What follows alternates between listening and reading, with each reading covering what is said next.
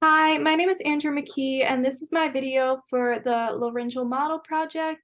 So I have my model right here, as you could just see. I constructed out of paper and then just used a toilet paper roll to hold it up. And I'm just gonna put a disclaimer on here. I am not artistic at all, so I did really try to make this look somewhat nice. Anyways, I also color coded the areas I'm going to be using in the questions, so it's just easier to tell what I'm pointing at, since this lighting might not be the best. But, okay, I'm just going to get into the 10 questions that I answered. So number one was, what is the only bone of the larynx? And that is going to be our hyoid bone in blue right here. What structure is the signet ring shaped? And that's going to be the cricoid cartilage, which is in red right here. What structure is leaf shaped and can be integral to swallowing? That's going to be our epiglottis, which is right in the back there in green. And then what structure sits on top of the arytenoid?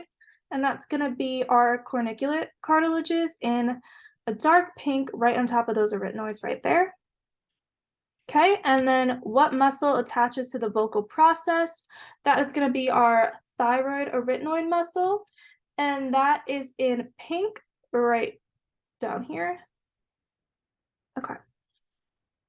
Name one muscle that's innervated by the superior laryngeal nerve, and that's going to be our cricothyroid muscle in blue right here. What is the only unpaired muscle of the larynx?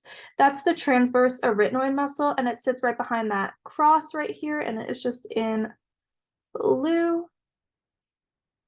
Okay, what is the main function of the cricothyroid? Again, that's just this area right down here, and this decreases the space between the cricoid and the thyroid, and it also increases the distance between the thyroid and the arytenoid cartilages, but it also increases our vocal fold length.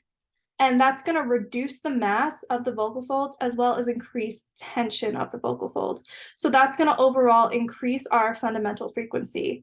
And this is innervated by the superior laryngeal nerve. Okay. What muscle is the antagonist to the lateral cricoid arytenoid?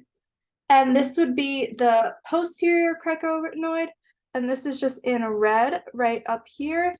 And the posterior cricoarytenoid abducts the arytenoids and it opens the glottis, whereas our lateral cricoarytenoid muscle is going to adduct the vocal process of the arytenoids and close the membranous glottis. Okay, and lastly, name one muscle that is innervated by the recurrent laryngeal nerve, and that's going to be our thyroid arytenoid muscle in this pink right here. Okay, so that is all. Thank you so much for watching, and I hope you enjoyed.